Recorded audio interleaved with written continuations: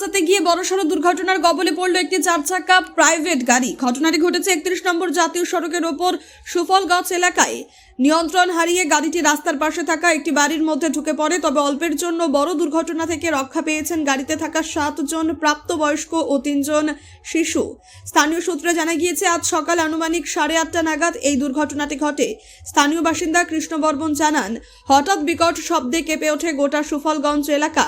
দৌড়ে এসে তারা দেখেন একটি প্রাইভেট গাড়ি বাড়ির পাশে থাকা ওয়াশরুমে ধাক্কা মেরে ঢুকে পড়েছে। ঘটনাস্থলে থাকা একটি সাইকেলও ভেঙে যায়। স্থানীয় বাসিন্দাদের তৎপরতায় দ্রুত গাড়িতে আটকে থাকা সকলকে উদ্ধার করা হয়। সৌভাগ্যবশত কেউ গুরুতর আহত হননি। গাড়ির চালক জানান, কাঁচাকালি থেকে দুধিয়া যাওয়ার সময় এই দুর্ঘটনাটি ঘটে। রবিবার হওয়ায় তিনি সপরিবারে পিকনিকে যাওয়ার উদ্দেশ্যে বাড়ি থেকে বেরিয়েছিলেন। সে সময় সুফলগঞ্জ এলাকায় আচমকাই কিছু কুকুর ঝগড়া করতে করতে গাড়ির সামনে চলে আসে। একটি কুকুর গাড়ির সামনের চাকায় ঢুকে পড়ায় স্টিয়ারিং লক হয়ে যায়। গাড়ি নিয়ন্ত্রণ করতে না পেরে পাশের বাড়ির মধ্যে ঢুকে পড়ে গাড়িটি। বাড়ির মালিক জানান, ঘটনার সময় তিনি ওয়াশরুমে ছিলেন। হঠাৎ বিকট শব্দে ভয় পেয়ে প্রাণ বাঁচাতে একপাশে ঝাঁপ দেন। তার ওয়াশরুম এবং একটি সাইকেল ক্ষতিগ্রস্ত হয়েছে বলে জানান তিনি। ঘটনার খবর পেয়ে দ্রুত ঘটনাস্থলে পৌঁছায় চোপড়া থানার পুলিশ। গোটা ঘটনার তদন্ত শুরু করেছে চোপড়া থানার পুলিশ। ছিল একটু আগে এখানে আমি তো বাড়িতেই ছিলাম, একটা আওয়াজ পেয়ে আসলাম, এসে দেখে একটা ছোট গাড়ি একটা কুত্তাকে বাঁচাতে গিয়ে ঢুকে গেছে ভিতরে। সুফলগঞ্জ ধীরেন কামারের বাড়িতেই একদম, মানে বাড়ির মধ্যে গাড়ি ঢুকে গেছে। কারো কোনো ক্ষয়ক্ষতি? এমনি কারো ক্ষয়ক্ষতি হয়নি। যার বাড়ি ওর সাইকেল বাথরুম এগুলো সব ভেঙে গেছে। যারা সুখে বাঁচানোর জন্য এই দুর্ঘটনা, সুখে বাঁচানোর জন্য এই দুর্ঘটনা, কিন্তু ড্রাইভারকে সেলফ করতে হবে, কারণ পশুরও তো একটা প্রাণ না। সেই প্রাণকে বাঁচাতে গিয়েই তার গাড়ির এত বড় দুর্ঘটনা। কোনো ক্ষয়ক্ষতি? এমনি কারো মানুষের কোনো ক্ষয়ক্ষতি হয়নি। গাড়িটার একটা ক্ষতি হয়েছে, আর যার বাড়ি ওর একটা ক্ষতি হয়েছে। কখন হয়েছে এই ঘটনা? মিনিট 10 আগে। তো চোপড়া থানার পুলিশ এসেছে?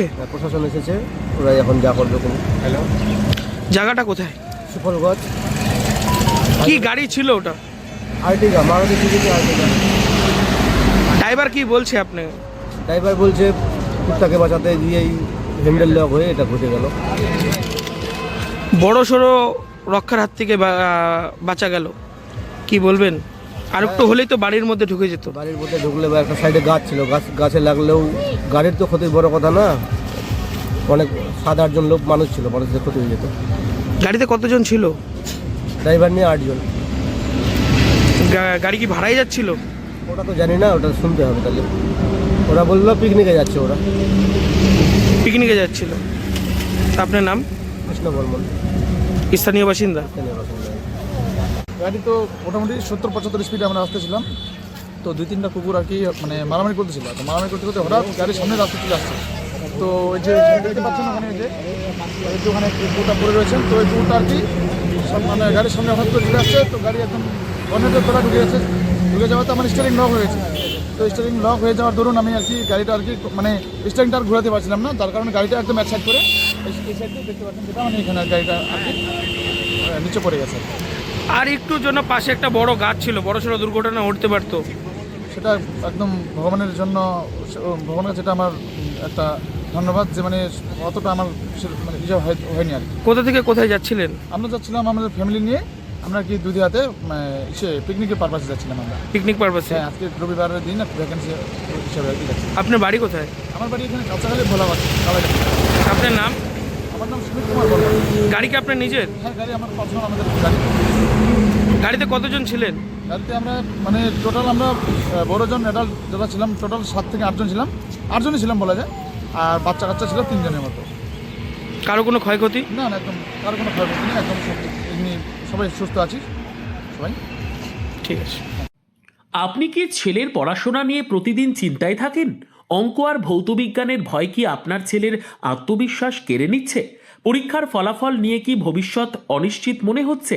এখন আর চিন্তার কোনো কারণ নেই, কারণ ছেলের উজ্জ্বল ভবিষ্যৎ গড়ার বিশ্বস্ত ঠিকানা এখন রায়গঞ্জেই। রায়গঞ্জের প্রাক্তন প্রধান শিক্ষক নীরেন দাস দীর্ঘদিনের অভিজ্ঞতা, গভীর বিষয় জ্ঞান ও ছাত্রবান্ধব পড়ানোর মাধ্যমে ইতিমধ্যেই বহু ছাত্রকে সফলতার পথে এগিয়ে নিয়ে গেছেন। অঙ্ক আর ভৌতবিজ্ঞান আর ভয়ের বিষয় নয়। সহজ ভাষায় ধাপে ধাপে পড়ানো, দুর্বল ছাত্রদের জন্য বিশেষ যত্ন, বোর্ড পরীক্ষা ও ভবিষ্যৎ প্রস্তুতির সঠিক দিশা। আজ যে ছাত্র পিছিয়ে, কাল সেই হতে পারে সেরা। শুধু প্রয়োজন একজন যোগ্য গাইডের। ঠিকানা রায়গঞ্জে সেরিকালচার অফিসের ঠিক উল্টো দিকে। আজই সিদ্ধান্ত নিন। আপনার ছেলের স্বপ্ন আর আত্মবিশ্বাস আর তার ভবিষ্যৎ গড়ে তুলতে ভরসা রাখুন অভিজ্ঞ শিক্ষক নীরেন দাসের ওপর। আজই যোগাযোগ করুন, কারণ সঠিক শিক্ষক মানেই সঠিক ভবিষ্যৎ।